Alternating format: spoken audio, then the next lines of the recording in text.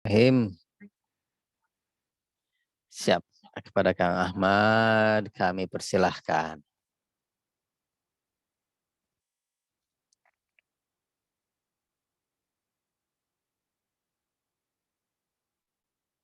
Mana Kang Ahmad? Ini, sip. Udah di-pin nih kan ya? Ada Pak? Oke, udah. Ada. Bismillahirrahmanirrahim. Assalamualaikum warahmatullahi wabarakatuh. Alhamdulillahirabbil alamin, la ilaha illallah wahdahu la syarikalah. Lahul mulku wal hamdu wa huwa ala kulli syai'in qadir. Asyhadu an la ilaha illallah wa asyhadu anna Muhammadan abduhu wa rasuluh. Rabbi shrah li sadri wa yassir li amri wahlul 'uqdatam min lisani yafqahu qawli. Alhamdulillah, pertama-tama mari kita panjatkan puja dan puji kehadirat Allah Subhanahu wa taala yang mana telah mempertemukan kita di acara rutinan subuh kali ini. Meskipun hujan, tapi mudah-mudahan bukan meskipun sih kalau hujan, alhamdulillah pagi ini hujan, mudah-mudahan berkah buat kita semua. Waktunya kita berdoa banyak hal di hujan ini. Mudah-mudahan segala hajat dan urusan kita Allah kabul, Allah mudahkan. Amin. Tak lupa salawat dan salam semoga tercurahkan kepada Nabi Muhammad SAW, kepada keluarganya, kepada sahabatnya. Semoga kita semua mendapatkan syafaat dan mendapat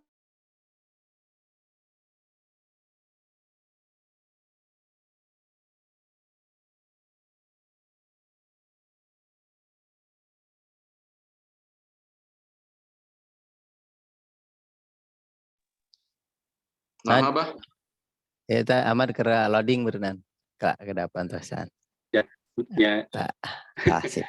Loading.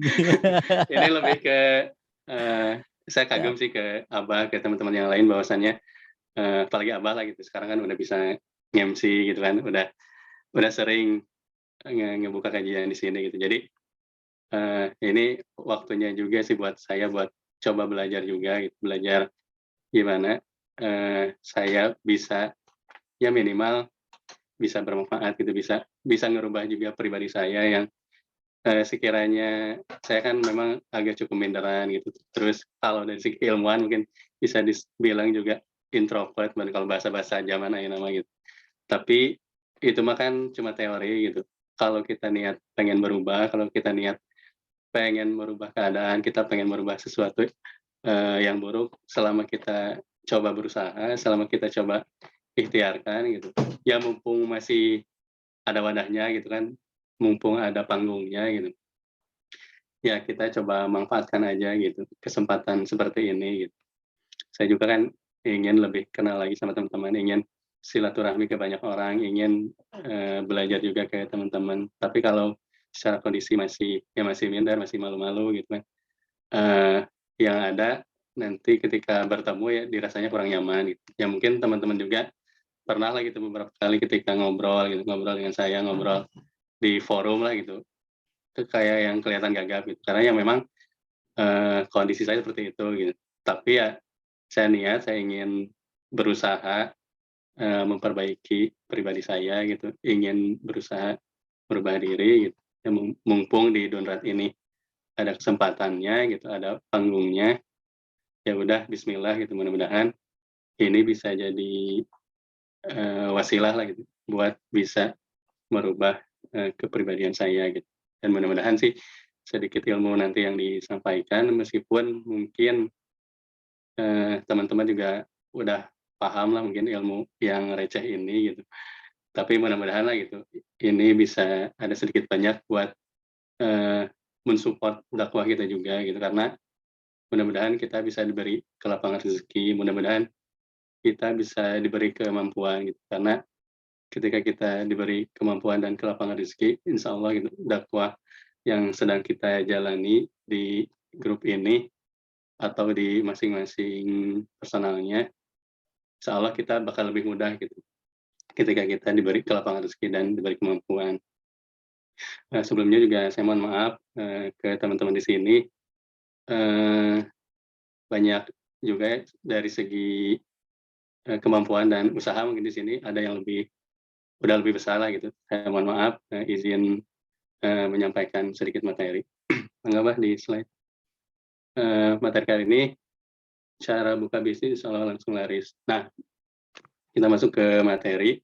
Menurut saya, ada 2 unsur keberhasilan dalam kita menjalankan bisnis gitu.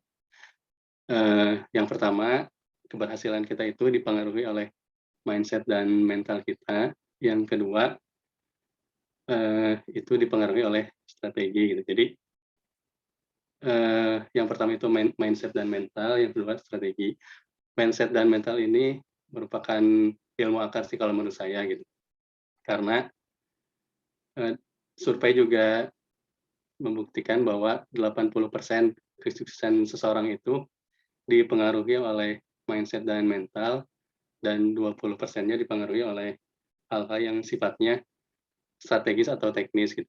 Biasanya untuk hal-hal teknis itu bisa kita hire-kan, tapi untuk urusan mental dan mindset itu biasanya kita yang harus ikhtiarkan sendiri gitu.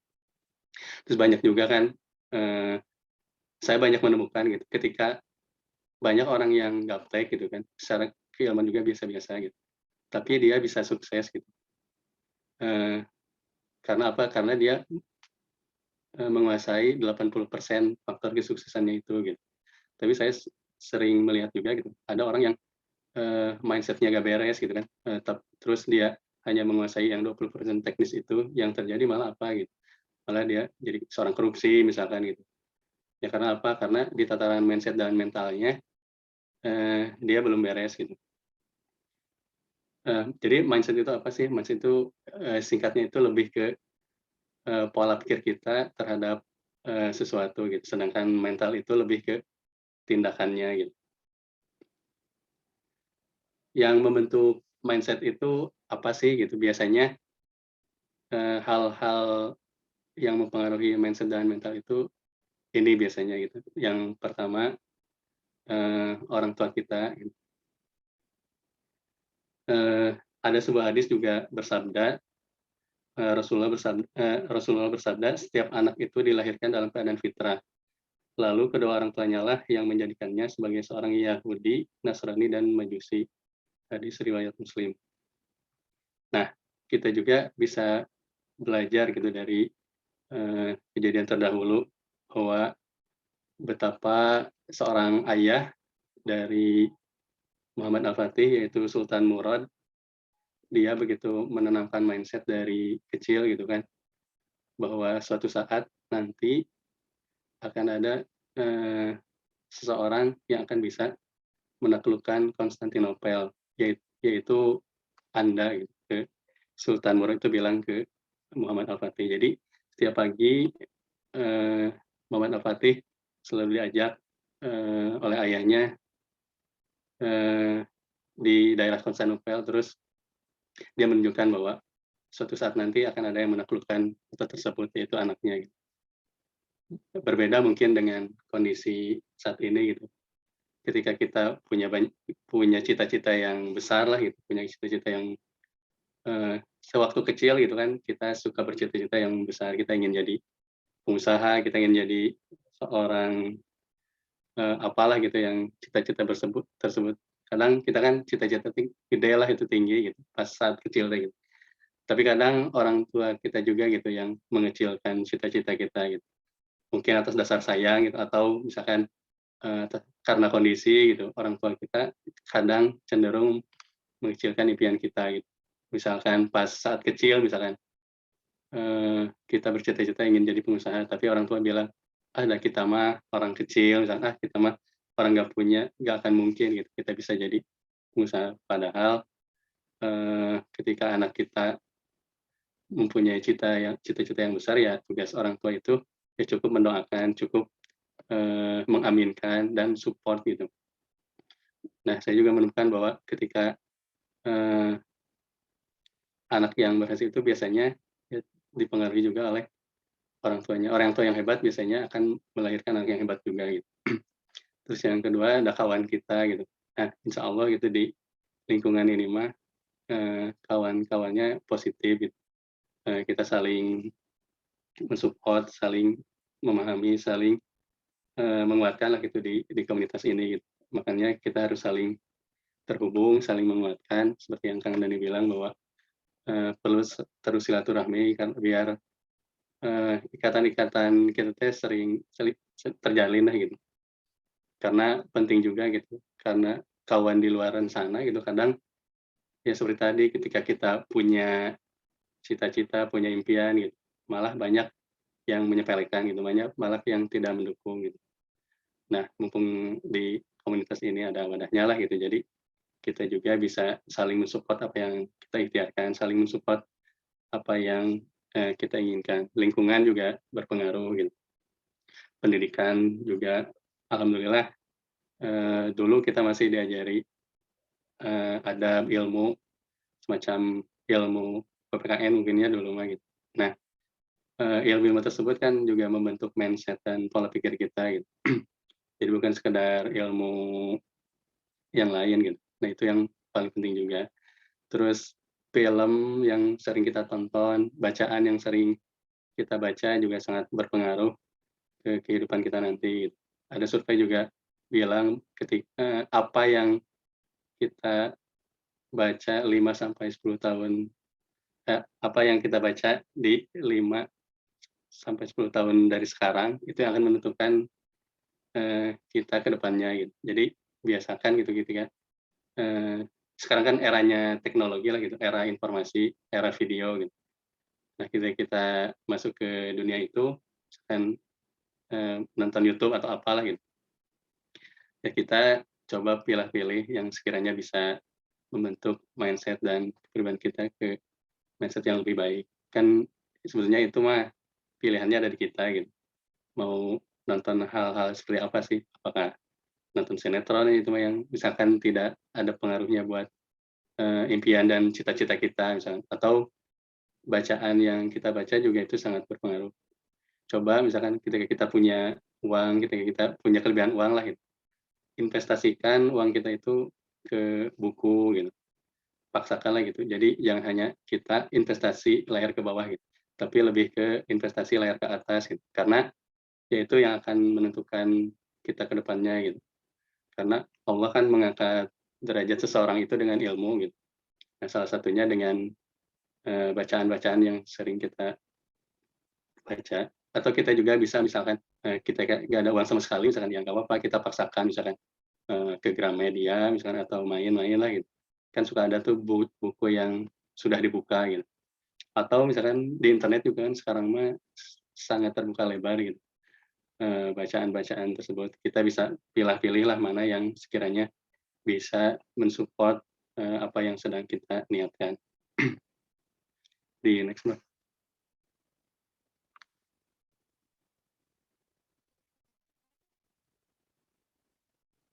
Nah, jadi mindset awal yang harus kita miliki untuk menjalankan usaha itu apa aja sih? Gitu. Nah, saya merangkum beberapa hal yang sekiranya itu bisa dijadikan mindset awal untuk kita memulai usaha. Yang pertama, kita itu harus berani gitu, karena jadi pengusaha itu pasti kan banyak tantangan gitu, banyak banyak hambatan. Ketika banyak hambatan dan tantangan itu, ya udah kita coba berani aja gitu. Jadi kadang kan pas saat-saat awal itu ketakutan-ketakutan dalam memulai bisnis itu pasti banyak gitu. Kadang orang takut gagal gitu kan, orang takut ditolak, orang bilang takut gak laku lah misalkan, atau orang takut bangkrut katakanlah misalnya. Tapi kenapa kita nggak coba balikan pola pikirnya gitu, misalkan eee, ketakutan-ketakutan yang tadi kita balikan, misalkan gimana kalau sukses misalkan. Kalau sukses kan kita bisa bantu orang tua kita, kalau sukses misalkan kita bisa bantu banyak orang, kita kita sukses kita bisa support dakwahnya bergerak misalkan, kita bisa support dakwahnya Donrat gitu. Nah jadi daripada tadi kita mikir ketakutan-ketakutan yang justru jadi vibrasinya jadi negatif, lebih baik ya kita balikan gitu pola pikirnya, gimana kalau sukses, gimana kalau laku, kalau laku kan enak misalkan banyak orang yang suka dengan produk kita. Nah, pola pikir itu harus kita munculkan gitu, ketimbang kita munculkan rasa takut yang rasa takut sih wajar gitu, cuman ketika rasa takut itu berlebihan yang sekiranya tidak menjadikan kita bergerak, ya perlu diluruskan juga gitu. Terus keyakinan gitu. Seorang pengusaha itu keyakinannya harus besar gitu, walaupun belum tentu, tapi keyakinan dan kepercayaan dirinya harus tinggi gitu. Sebab ya bukan kita percaya diri, tapi kita percaya ke Allah gitu, bahwa Allah yang akan memampukan kita, Allah yang akan menjamin gitu, Allah yang Maha Kaya gitu, Allah yang Maha Pengasih dan Maha Penyayang. Jadi buat apa ragu gitu ya, ketika kita punya keyakinan ya selama itu baik, ya lakukan saja gitu.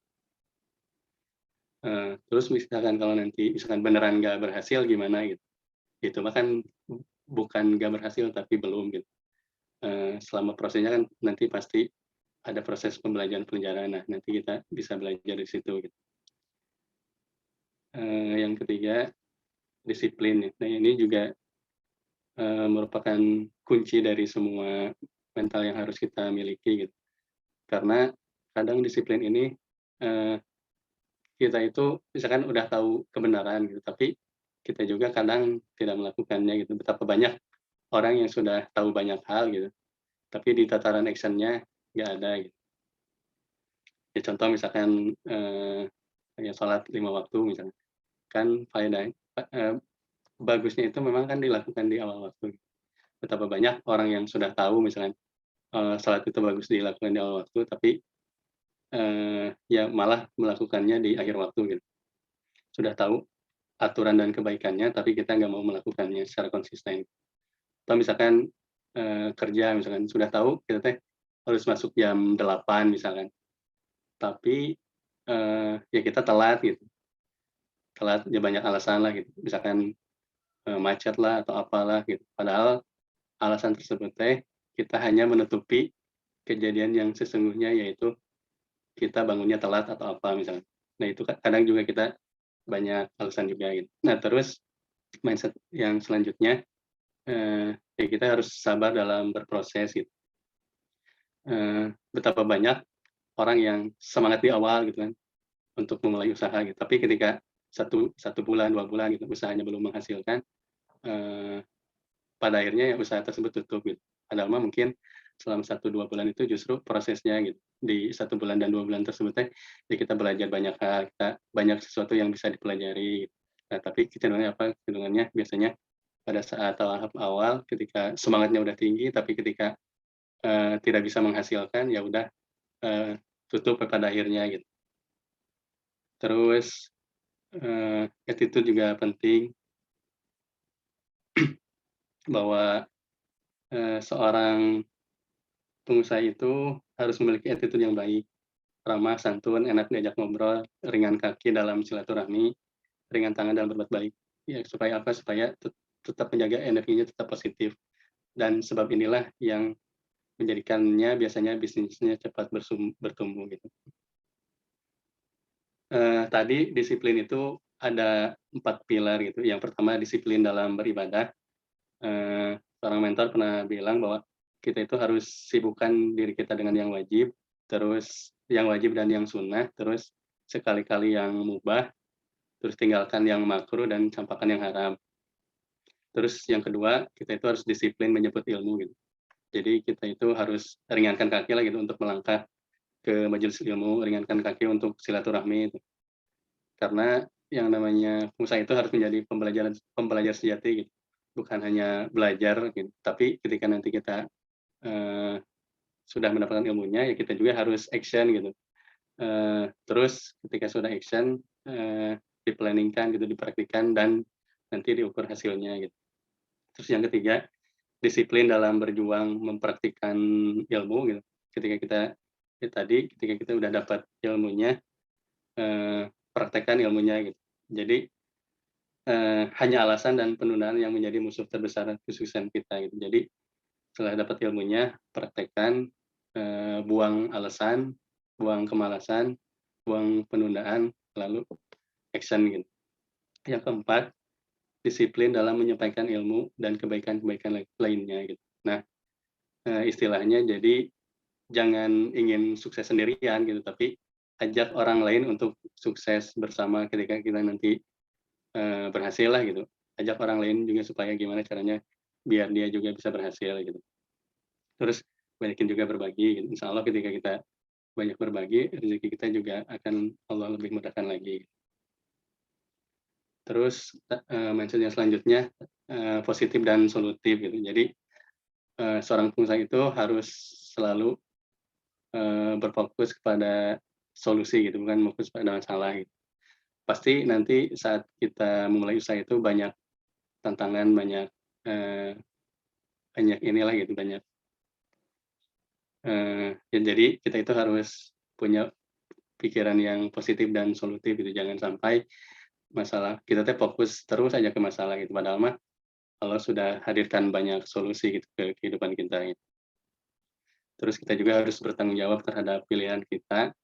Ketika kita menentukan sudah menjadi pengusaha, ya kita juga harus tanggung jawab terhadap pilihan kita gitu. Jangan sampai ketika ada kejadian-kejadian yang tidak mengenakan gitu, atau ada kejadian-kejadian yang di luar kehendak kita, ya kita malah fokus menyalahkan orang lain. Padahal mah ya kita menjadi seorang pengusaha itu karena pilihan kita gitu kan, karena choice kita gitu ya. Jangan sampai ketika ada keinginan yang terjadi, kita malah menyalahkan orang lain. Nah, yang kesembilan, kita itu harus total pasrah gitu. Nah, pasrah ini bukan menyerah gitu, tapi bedakan antara menyerah dan pasrah. Kalau menyerah mah kita belum melakukan apa-apa tapi udah menyerah gitu. Tapi kalau pasrah mah kita sudah mengikhtiarkan yang terbaik. Kita sudah banyak hal yang sudah kita lakukan, lalu hasilnya ya kita pasrahkan ke Allah gitu. Next, Bah.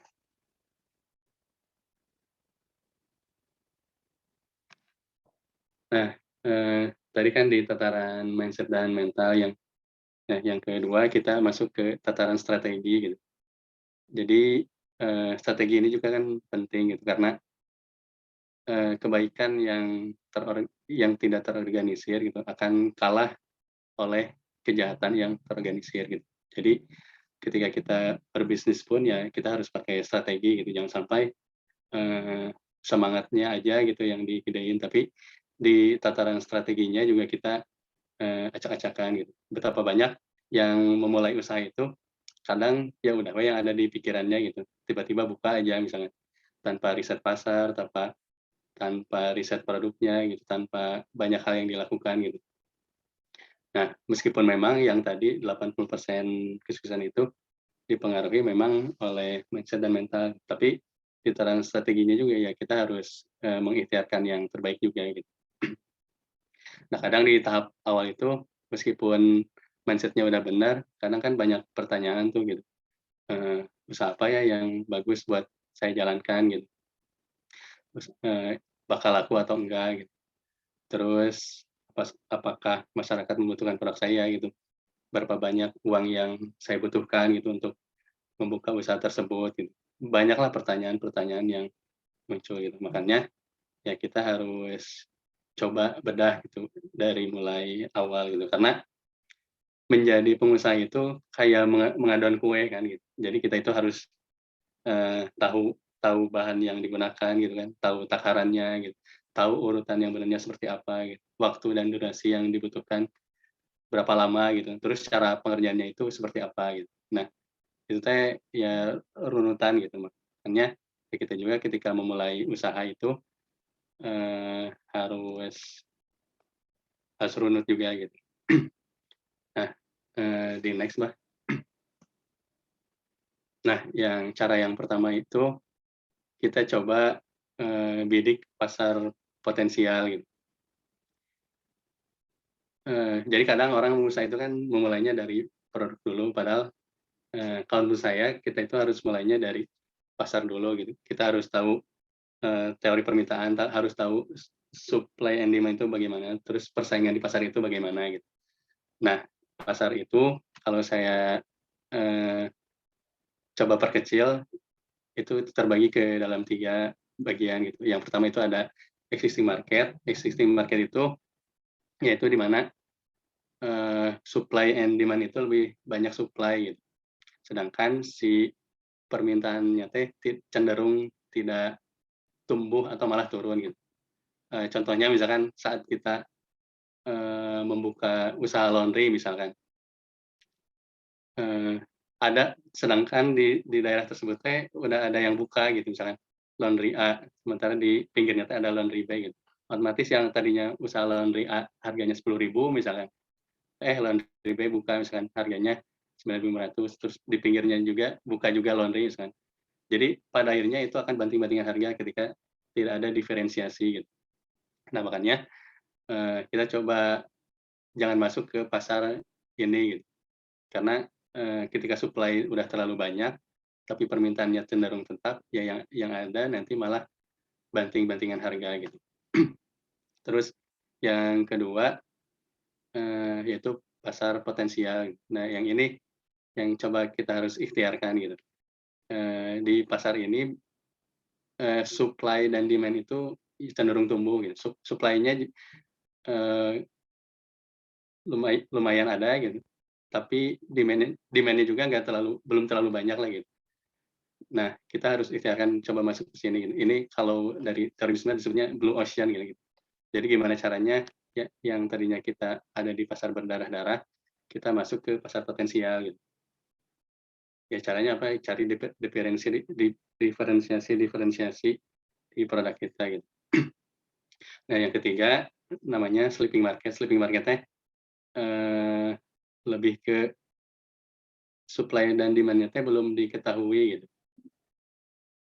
Jadi perlu import untuk kita menjual ke pasar ini. Misalkan kita jual obat diabetes, kan itu perlu diedukasi dulu, pasarnya perlu kita edukasi dulu gitu. Nah, ini gitu, pasar-pasar yang ada teh. Nah, caranya apa ya? Kita coba masuk ke pasar potensial gitu. Nah, cara mencari ide di pasar potensial itu seperti apa sih gitu? Coba, ini ada beberapa cara untuk kita mencari ide bagaimana kita bisa masuk ke pasar potensial gitu. Nah, yang pertama ada produk-produk yang dulu itu pernah berhasil tren gitu, tapi cenderung tidak bertahan lama gitu. Misalkan dulu pernah tren bubble tea atau apa misalkan. Nah, tapi eh, ada merek yang sekarang bisa mengeksekusinya lebih baik, katakanlah chat time misalkan, kan jadi booming kembali gitu. Nah, kita juga bisa tulis tuh ide-ide seperti itu. Apa sih yang dulu pernah tren tapi tidak bertahan lama, kemudian kita coba eksekusi dengan lebih baik, lebih keren gitu. Nah, pasti kan ada tuh, dulu itu pernah ada apa, coba teman-teman nanti tulis ide-ide tersebut. Terus yang kedua, produk baru merupakan solusi dari permasalahan yang ada. Nah, kita juga bisa memulai ide produk itu dari solusi dari masalah-masalah yang ada di konsumen. Misalkan, kayak power bank gitu kan, itu kan produk solusi gitu. Karena orang ingin bepergian gitu kan tanpa terganggu gadgetnya, misalkan harus mati di, perjalanan gitu kan. Nah itu kan contoh produk solusi itu seperti itu gitu. Atau apapun lah gitu. Misalkan kayak Kang Dani misalkan, eee, kebanyakan orang teh pengen banyak makan burger misalkan, tapi, kebanyakan burger itu harganya di atas 30.000 lah katakanlah gitu. Nah Kang Dani, menyediakan solusi gimana caranya orang tuh bisa tetap makan burger tapi, dengan harga yang relatif lebih murah gitu. Nah, teman-teman juga bisa menggali produk apa aja sih, yang bisa jadi solusi dari permasalahan-permasalahan orang teh gitu. Karena kan masalah orang teh banyak gitu dari mulai rambut sampai ujung kaki kita itu tuh masalah-masalah orang unggul gitu. Nah, kita bisa gali gitu, di rambut ada masalah apa, sampai bawah kaki itu ada masalah apa, itu tuh ada produk semua gitu. Atau misalkan, sekarang orang kecenderungan pengen anaknya teh bagaimana, misalnya orang teh sekarang pengen, hafal Al-Qur'an gitu, itu kan bisa jadi ide ide produk gitu. Nah, teman-teman bisa gali itu di situ gitu. Permasalahan-permasalahan yang ada itu bisa menjadi ide produk yang nanti bisa kita jual gitu. Terus yang ketiga, produk yang telah menjadi komoditas tapi tak ada merek yang tidak ada merek yang nampol. Contohnya misalkan, di Purwakarta tuh, di daerah istri saya, kan banyak tuh, sate Marang kita di sana mah udah jadi komoditas gitu. Tapi ada satu merek yang memang udah nampol lah gitu, katakanlah, eee, sate Marangi Haji Yati. Nah, itu kan, eee, merek yang nampolnya tuh itu gitu. Nah, teman-teman juga coba bisa cari ide produk yang itu teh memang udah jadi komoditas sehari-hari misalnya, kayak misalkan, eee, bubur gitu kan. Bubur kan kita makan tuh tiap hari gitu, tapi ada nggak merek-merek yang memang benar-benar udah, keren gitu. Atau misalkan kupat tahu atau apalah gitu yang biasa kita makan sehari-hari gitu, nasi goreng, itu kan produk komoditas semua lah yang kita biasa gunakan gitu. Tapi memang belum ada merek yang ngetopnya gitu. Nah, kita bisa masuk di situ gitu, tinggal kita nanti poles dengan diferensiasi yang ada biar produk tersebutnya naik kelas lah gitu. Terus yang keempat, produk yang dianggap gagal tapi punya potensi tren. Contohnya, kayak brownies gitu kan. Brownies itu kan sebetulnya produk gagal gitu, karena si chef-nya teh lupa memasukkan baking soda ke brownies-nya gitu, yang jadinya itu teh produk gagal gitu sebetulnya. Kan brownies itu bantat gitu, tapi ketika orang bisa merubah, persepsi si brownies tersebut dan dinamain brownies mungkin gitu. Nah, itu kan bisa jadi ide produk gitu. Betapa banyak, produk-produk yang sekarang beredar teh, itu teh, terjadi karena kegagalan atau ketidaksengajaan gitu. Terus ada lagi apa misalkan contohnya kayak sekarang musim kaos tie dye gitu. Itu teh bisa jadi, ide dari kaos yang luntur gitu. Kayak kaosnya kan kayak yang kelunturan gitu kan. Tapi ketika dipakai, keren juga gitu. Ya kita juga bisa memulainya itu dari situ gitu. Bagaimana, produk-produk yang dianggap gagal itu, tapi masih punya potensi untuk dijual. Tapi ya jangan juga misalkan produk yang memang benar-benar gagal itu tidak layak jual, ya jangan juga itu dijadikan buat ide usaha gitu. Nah, yang kelima, orang mencari suatu produk tapi barang langka di pasaran. Ini karena, promosi yang terlalu gencar gitu, tapi ternyata pas dicari ya barangnya langka. Kayak kemarin misalkan, kayak Richeese kan ngeluarin ayam apa gitu yang kayak ayam yang lagi booming di Korea lah gitu. Dia promosinya kan keren gitu, tapi pas di pasaran ternyata langka gitu. Nah, kita juga bisa coba, meniru ide produknya misalkan kita buat yang, relatif lebih murahnya, kita amati tiru modifikasi produknya gitu, dan kemudian bisa dijadikan ide produk buat kita gitu. Terus yang keenam, permintaan pasar banyak, supply banyak, tapi masih ada celah diferensiasi. Ya misalkan kayak kayak saya misalkan jualan kaos, yang jualan kaos itu kan banyak gitu, tapi, yang dulu mah mungkin masih jarang orang yang main di desain kaos edukatif misalkan, atau kaos yang kata-katanya positif gitu. Nah, pasti setiap produk itu ada celah yang masih bisa kita masukin gitu, atau misalkan, kita jual kaos big size atau apa misalkan, coba cari celah, meskipun si itu supply-nya dan, supply-nya banyak gitu, tapi kita coba apa sih yang masih bisa kita jadiin diferensiasi di produk tersebut gitu. Apakah main di, target market-nya atau rentang umurnya atau apanya gitu.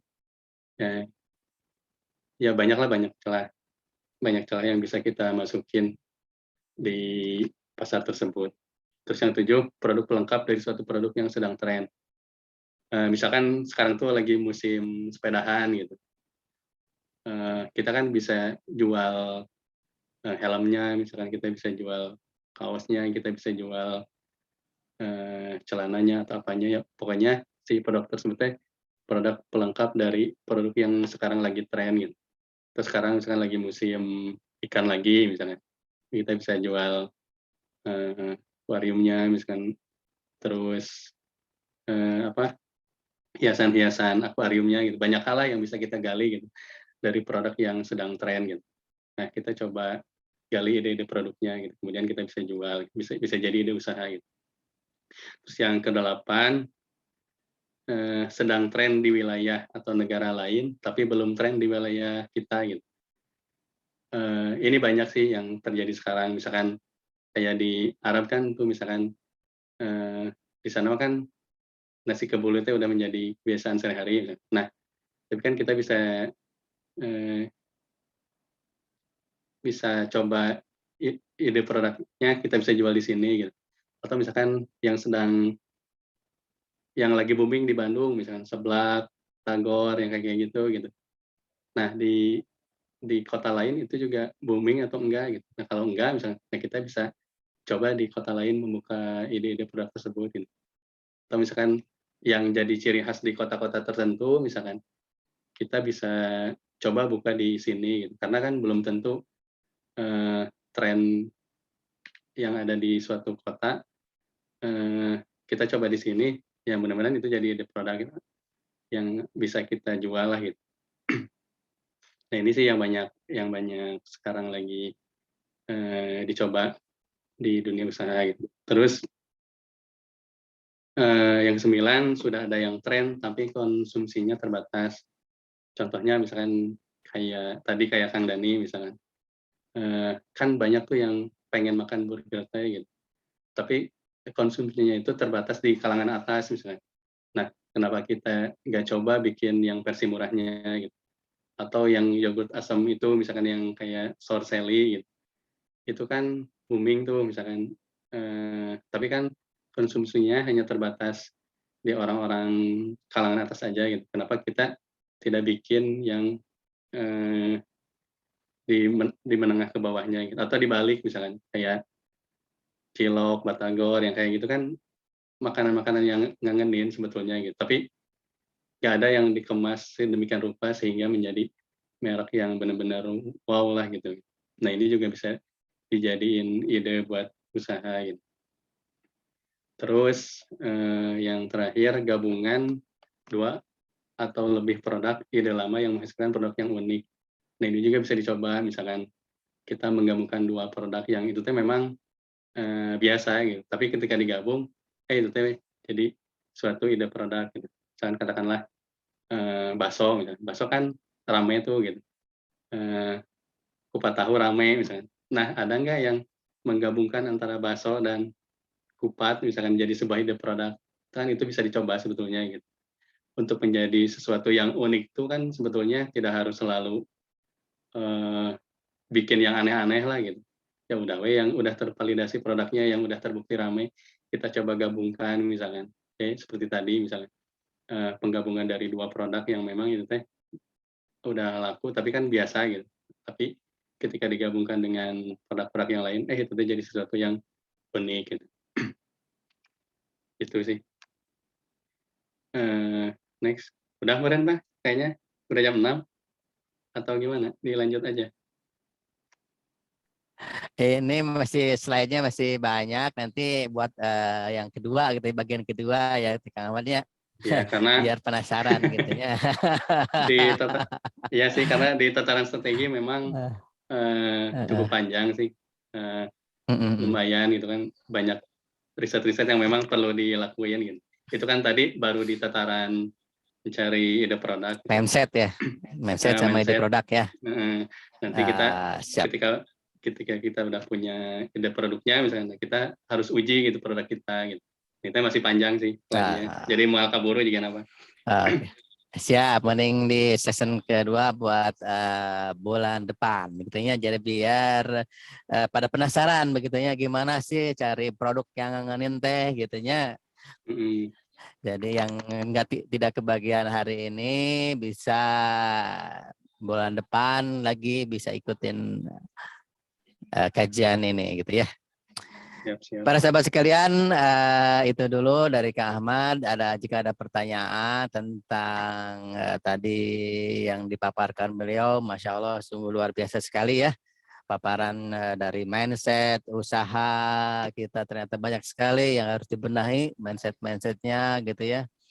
Dari mindset, pola pikir kita, dari mendidik anak gitu ya, supaya bisa menjadi pingin seperti apa ke anak kita ke depannya, dan usaha juga sama, berarti kita harus mindset, di setting mindsetnya pingin usaha kita seperti apa nanti ke depannya, begitu ya Kang Ahmad ya. Iya, Pak. Sahabat sekalian silakan bertanya gitu ya. Kang Irgi silakan jika ingin bertanya tentang mindset dan strategi yang lainnya. Para sahabat, udah silakan mumpung ini ada coach kita.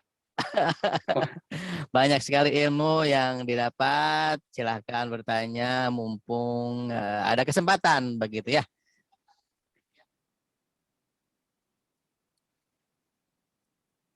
Saya kasih 2 pertanyaan begitu. Nih Kang Doni Akhirat, silahkan. Jangan tidur wae atau jangan Kang Doni Akhirat. Nah, jadi kayak Abi belajar deui kan, lamun aya sesi selanjutnya mah gitu. Bisa ngisi deui. Iya, siap, tenang, dijadwalkan deh. Nah, ini ada dari Kang Doni Akhirat bertanya ya, apakah memulai bisnis itu harus ada karena terpaksaan, nah gitu. Nah, ini Kang Doni. Ini apakah memulai bisnis itu harus karena keterpaksaan, cina gitu ya? Ya, KPPT meureun tanya teh kumaha gitu. Ya tergantung sih itu mah. Ya. Siri. Kalau keterpaksaan mah kesannya asa nggak enakeun ya gitu. Vibrasinya asa kurang enakeun lah gitu. Tapi ya itu mah balik lagi sih, merasa perlu nggak menjadi seorang pengusaha gitu. Kalau dirasa memang nggak perlu ya jangan juga gitu, karena ya itu mah lebih ke naonnya. Ya ketika kita nyaman dengan apa yang kita lakukan ya sebetulnya itu juga udah cukup sih. Karena pengusaha kan bukan tujuan gitu. Kayak yang Kang Dani pernah bilang, toh tujuan akhirnya mah kan akhirat kan. Ya kita bisa naonnya. Ya tujuan nama yang penting mah eta gitu. Cara narik dengan usaha atau dengan apa ya itu mah lebih ke cara yang kita pilih gitu. Tapi yang penting mah ya tujuan kitanya gitu. Gitu sih, Maren. Siap. Terima kasih Kang Ahmad. Siap kepada Kang Dunia Akhirat. Keterpaksaan itu jangan menjadi apa namanya tadi kan Kang Ahmad jadi liar ya, paksa aja. Emang orang pasti harus dipaksa dulu gitu ya. Lakukan wae dengan bahagia. Jadi kepepet karena dah jadi gitu. Karena kan lamun orang bahagia mah nanan ge bakal enakeun gitu. Ya pokoknya harus bahagia heula gitu. Allah ge kan ketika Allah ngasih sesuatu ke kita terus kitanya bahagia kan, Allah juga pasti ya ibaratnya ketika kita ngasih uang ke orang gitu. Orang tersebutnya malah cuek atau misalkan teu bahagia atau teu nganuhunkeun lah gitu ibarat. Kan Allah ge kitu juga gitu ya. Kita teh harus ada bahagiana oge gitu. Tapi kalau tadi mah kan keterpaksaan kesana teh asa kumaha gitu. Tidak hanya sih orang mere dipaksa gitu, mere duit dipaksa aja kan tengenah gitunya karena HTG-nya gitunya. Nah ini ada Teh apa Bapak ini? Kayaknya si Bapak ya, Akang. Nah, ini Akang Fitri Ekang Eka. Akang Eka ada konsul tentang ide jualan, hanya belum action karena kondisi, tapi insya Allah lagi mudahkan. Insya Allah tengah LMLG. Aduh, nggak lama lagi. Ini kayak orang ini. Oh gitu. Jika orang Indonesia wae disingkat-singkat, aduh masalah pun tuh kayak itu Bu aduh, kayak orang Indonesia. Bu Erlis itu Bu Erlis.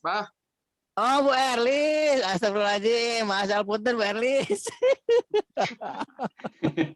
Malah Kak Eka, iya Eka Fitrijan juga teh saha gitu. Siap Bu Erlis.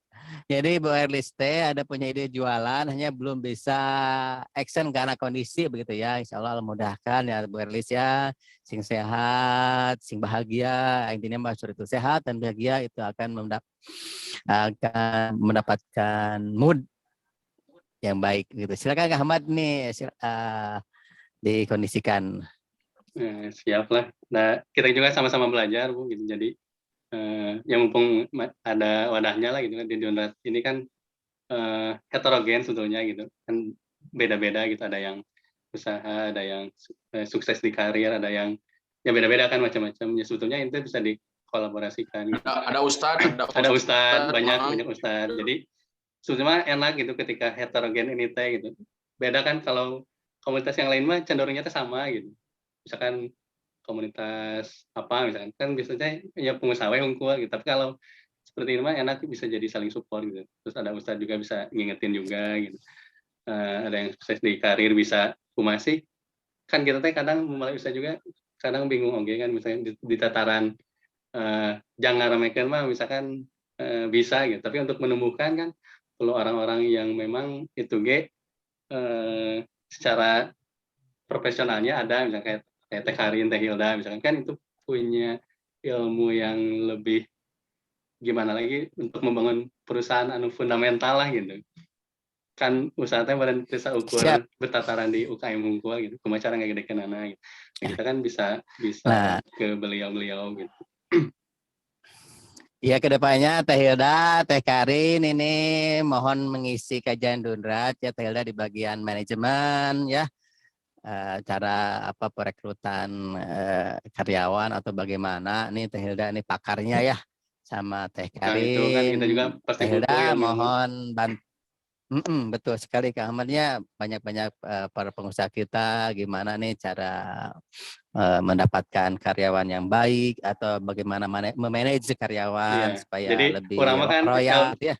Orang kan ilmu jalanan lah gitu, jadi kan pasti butuh ilmu karena itu butuh pisan gitu, ilmu manajemen Iya, kayak gitu. siap. Nanti saya akan japri Teh Hilda sama Teh Karin ya untuk mengisi kajian subuh ini. Jadi kita ada ada Pak Ustadznya, Kang Ustadz Zaji, Kang Ustadz Felian, Kang Ustadz dari Mifaro Rizali, Kang Ustadz Rizaldi, dan yang dari pemudanya ada Kang Abu Marzan, ada dari Gema, Kang siapa? Saya lupa lagi siapa.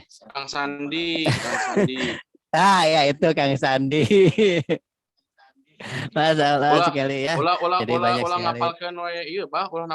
Ngapalkan kode kaos wae, Pak. Ini ngapalkan dia doa penutup majelis itu.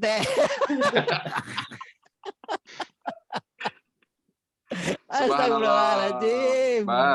Luar biasa.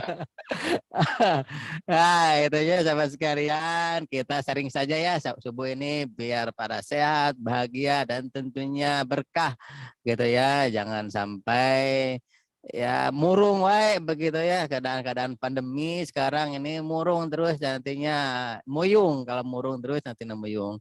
Ini Bapak Pembina kita mungkin lagi kecapean adalah beliau, jadi belum bisa menghadiri kajian kita.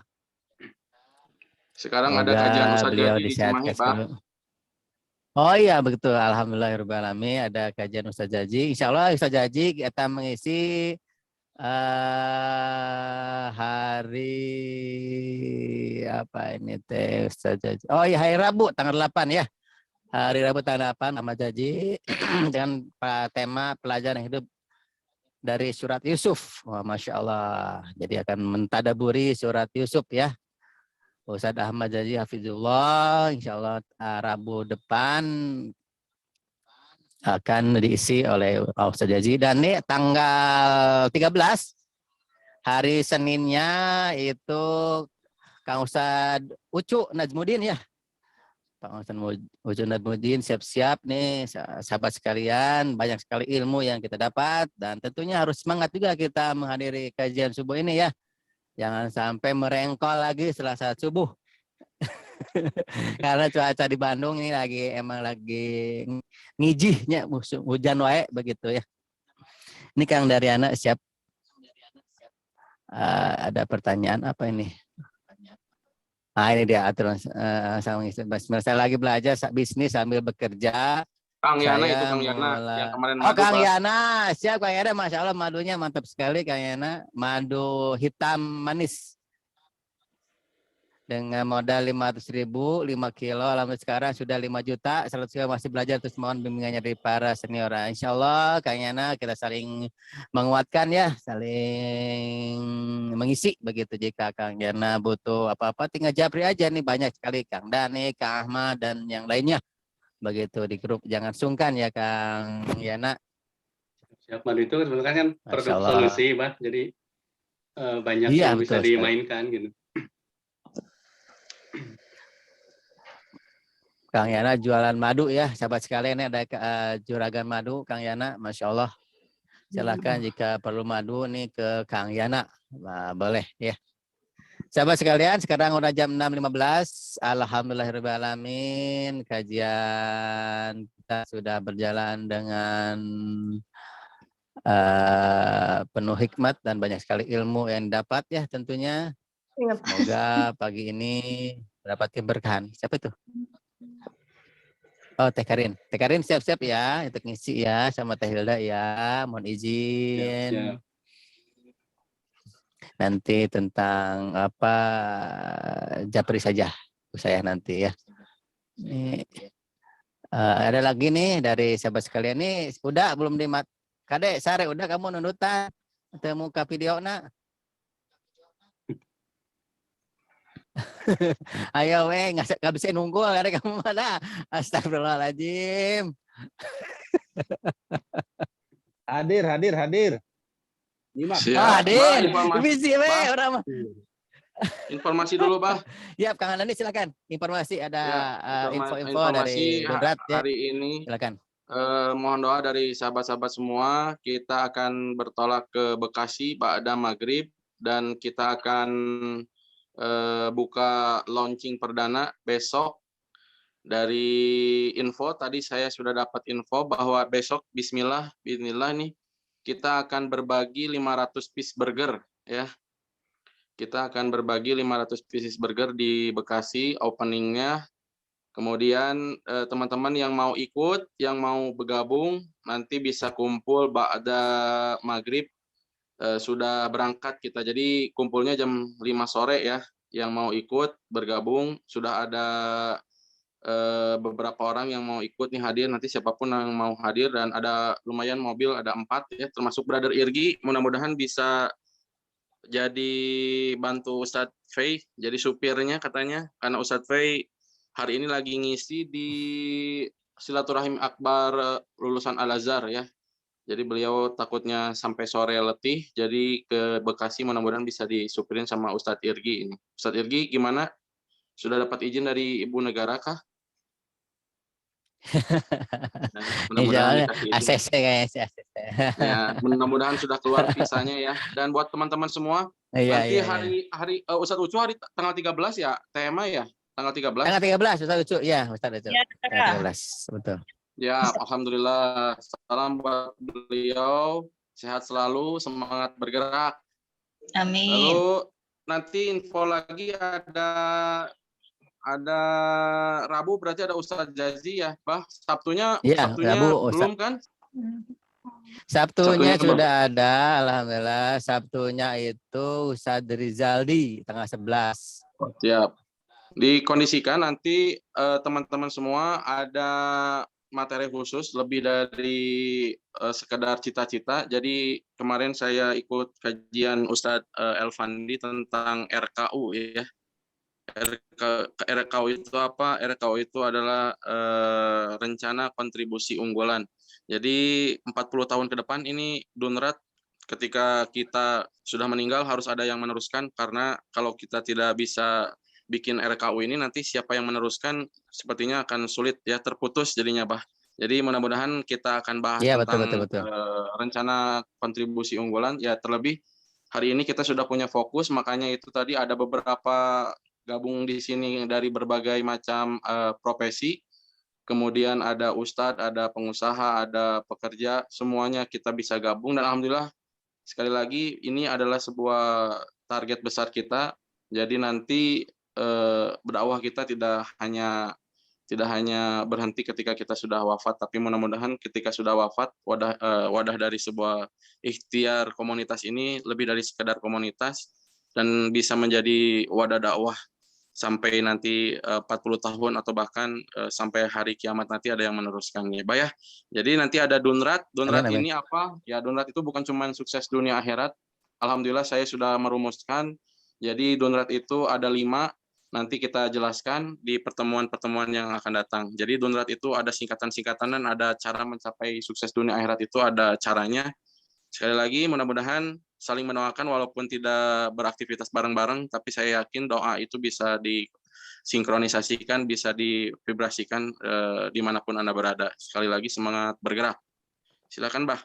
Siap, insya Allah Kang Dani bisa dikondisikan di hari Rabu tanggal 22 atau hari Rabu tanggal 29 ya Desember. Siap. Nanti dijadwalkan antara hari Rabu itu. Soalnya yang lain sudah pada diisi ya. Tinggal konfirmasi. Nanti insya Allah kalau ada yang dikonfirmasi minta digeser waktunya bisa dimasukin ke situ. Insya Allah sudah full nih 1 bulan ini. Alhamdulillah tinggal bulan terakhir minggu terakhir ini hari Rabu tanggal 29 itu masih kosong gitu. Berarti insya Allah nanti tanggal itu bisa diisi begitu. Sahabat sekalian, sebelum kita undur, mari kita foto dulu ya. Siap-siap, ini dia. Dibuka dulu videonya. Siap, 1, 2, 3. Oke, kita cek dulu ya. Tes 1, 2, tempel. Oke, mantap sekali seperti ini. Alhamdulillahirrahmanirrahim. Terima kasih jazakumullah khairan katsira kepada sahabat sekalian sudah bisa menghadiri kajian subuh edisi hari Sabtu tanggal 4 Desember. Semoga apa yang kita dengarkan di subuh ini, di kajian ini, dan Kang Ahmad yang menyampaikan mendapatkan kebaikan dan keberkahan di dunia dan di akhirat. Amin ya rabbal alamin. Kita tutup kajian ini dengan membaca hamdalah bersama-sama. Alhamdulillahirabbil alamin, dan tentunya doa kafaratul majlis. Subhanakallahumma wa bihamdika asyhadu an la ilaha illa anta astaghfiruka wa atubu ilaik. Mari kita tutup kajian ini. Semoga hari ini kita mendapatkan banyak sekali kebaikan dan tentunya selamat bergerak. Assalamualaikum warahmatullahi wabarakatuh. Senin. Waalaikumsalam warahmatullahi wabarakatuh. Selamat pagi dan selamat beraktivitas. Wassalamualaikum warahmatullahi wabarakatuh.